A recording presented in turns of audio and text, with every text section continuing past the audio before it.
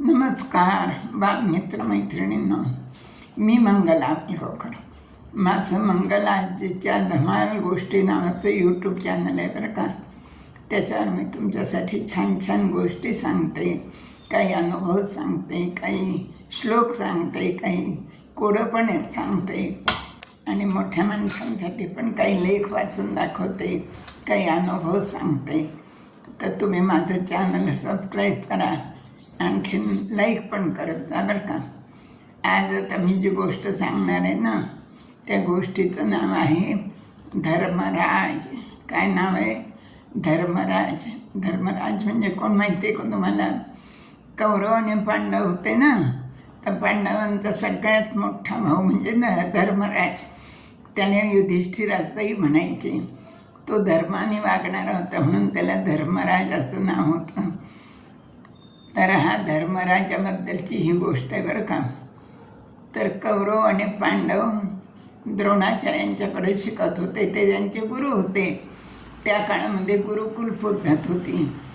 8 वर्षाचं मूल झालं की मग त्याला गुरुच्या गृही शिक्षणासाठी पाठवायचं 12 वर्ष. आणि मग त्याने तिथं सर्व प्रकारचा अभ्यास करायचा. घरातली कामं करायची, गुरुमाऊलीला लाकूड आणून द्यायचं, लाकडं फोडायची, जे पडेल ते काम करायचं. आणि गुरु शिकवतील ते शास्त्र ते अध्ययन आणि वेद आणखीन इतर जे काही शिकवतील ते सगळ्या प्रकारचं शिक्षण गुरु शिकवायचे. आणि भरपूर विद्यार्थी असायचे त्यांच्याकडं. तर सगळे कौरव आणि पांडव त्यांच्याचकडं शिकले. आणि अजूनही बरीच मुलं होती शिकायला. चालू होतं सगळं शिक्षण त्यांचं. एकदा काय झालं, द्रोणाचार्यांना एका दिवसाकरता गावाला जायचं होतं बरं का. मग ते मुलांना सांगून गेले की मी 1 दिवस गावाला जाणार आहे, तर तुम्ही प्रत्येकाने 1 धडा 2 धडे जेवढं तुम्हाला तेवढं प्रत्येकाने मेस तर करा म्हणे. मुलं म्हणाली बरं. द्रोणाचार्य गावाला गेले. मग कोणी 1 धडा केला, कोणी 2 धडे केले, कोणी 3 धडे केले. आणि 1 दिवसांनी द्रोणाचार्य परत आल्यावर त्यांनी सगळ्या विद्यार्थ्यांना बोलवलं आणि विचारलं. एकेकाला विचारलं तू किती धडे केले? तर एक जण म्हणाला गुरुजी मी 3 धडे केले म्हणून शिकलो म्हणे. दुसरा म्हणाला मी 2 केले म्हणे. तिसरा म्हणाला मी 4 केले. एक जण म्हणाला मी 1च केला. असं प्रत्येकजण आपण काय केलं ते सांगत होतं. आता धर्मराजाची पाळी आली. धर्मराज अतिशय हुशार होता आणि गुरुजींचा अत्यंत लाडका होता. आणि त्यामुळं सगळे इतर मुलं त्याचा मत्सर करायचे, द्वेष करायचे.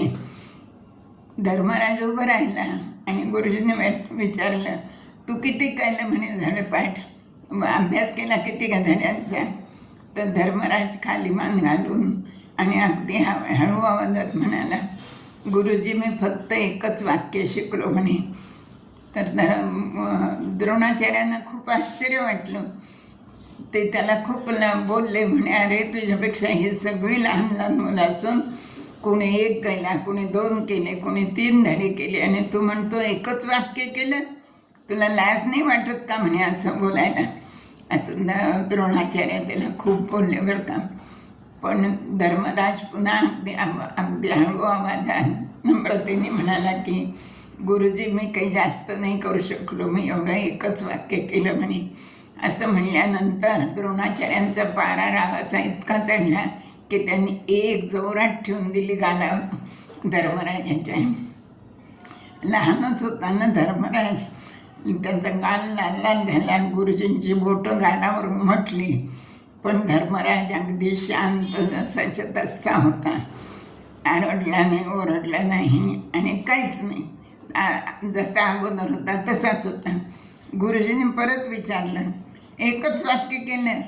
असं कसं? इतक्या मुलांनी इतकं सगळं केलं आणि तू 1च वाक्य कसं केलं? निदान 1 धडा तरी करायचं ना. पण धर्मराज पुन्हा अगदी विनयाने आणि नम्र आवाजात तेच म्हणाले की माफ करा गुरुजी पण मी तेवढं 1च वाक्य शिकलो म्हणे. हे ऐकल्यानंतर गुरुजींना अजूनच राग आला आणि गुरुजीने आणखीन 1 जोरात थप्पड त्याच्या गालावर ठेवून दिली बरं का. इकडं सगळ्या मुलांना हसू येत होतं, आनंदाच्या उकळ्या फुटत होत्या. कारण धर्मराज द्रोणाचार्यांचा अत्यंत लाडका विद्यार्थी होता आणि हुशार होता ना, आणि त्याची अशी फजिती पाहून सगळ्या मुलांना खूप आनंद झाला. आणि पुन्हा धर्मराज आपला शांतपणाने उभा होता. मग शेवटी गुरुजीच विचारात पडले आणि गुरुजींनी विचारलं, आणि कोणतं वाक्य आहे ते तरी दाखव मला.